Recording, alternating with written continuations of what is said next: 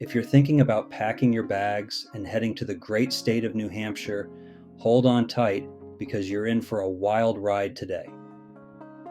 We're diving into the real, raw, behind the scenes life in the Granite State. Sure, you've heard about the jaw dropping landscapes and the postcard perfect towns, but trust me, there's so much more to the story. So, grab a coffee, sit back, and buckle up as I share what they don't tell you about living in New Hampshire. Now, first things first, I'm no stranger to New Hampshire.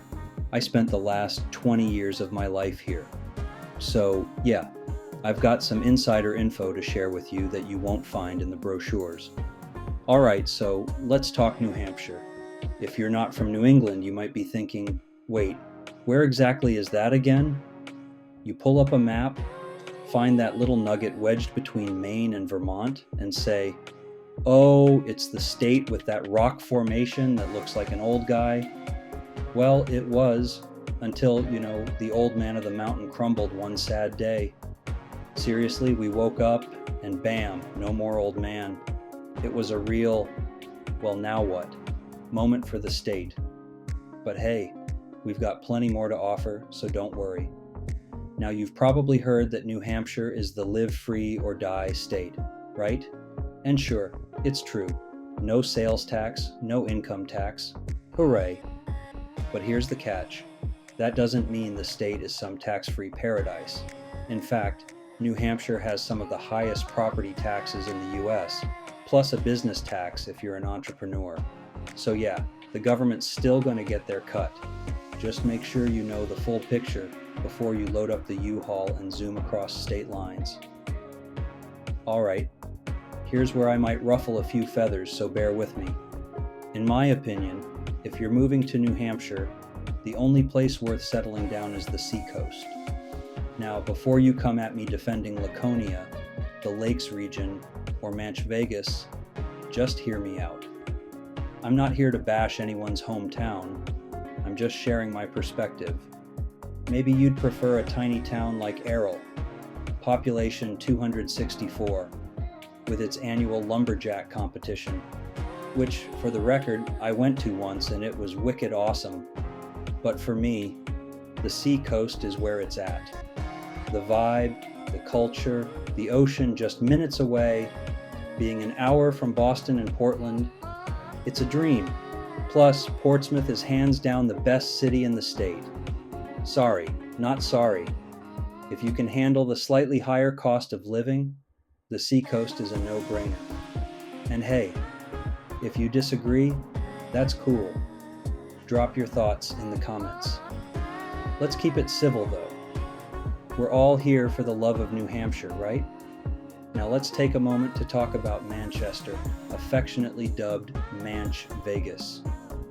If the seacoast isn't your speed, don't sleep on Manchester.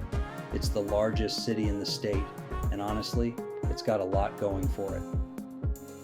If you love a mix of urban convenience with that classic New England charm, Manchester might just be the sweet spot. The downtown area has really grown in recent years. Restaurants, bars, breweries, and arts venues are popping up all over, making it a fun place for dining and entertainment. Plus, it's still way more affordable than living in Boston, and you're only about an hour away from the city if you need to pop down for work or play. And for outdoor lovers, Manchester is right next to some fantastic spots. You've got the Merrimack River for kayaking or fishing, and nearby hiking trails for all skill levels. Plus, the city's proximity to the Lakes region and the White Mountains means weekend getaways are super easy. So, while Manchester may have a bit of a rough and tumble reputation, it's evolving fast and is becoming a great place to call home, especially if you want a balance between city life and outdoor access. Also, don't let me forget to mention the job market. If you're moving for work, Manchester has a solid economy with growing opportunities in healthcare, education, tech, and manufacturing. And because you're not paying crazy Boston prices for everything, you can actually enjoy what you're earning. So if the seacoast isn't calling your name, Manchester might just be a great option to consider. Now, here's something else no one really talks about. If you're moving here to escape Massachusetts, heads up.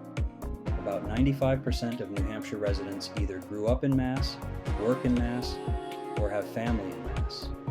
So, if you thought you were leaving it behind, think again. Southern New Hampshire might as well be called Northern Massachusetts. And hey, while you're here, can you do me a tiny favor? I know it seems small, but if you could just tap that like button below, it really helps me out. Thanks a ton. I appreciate you.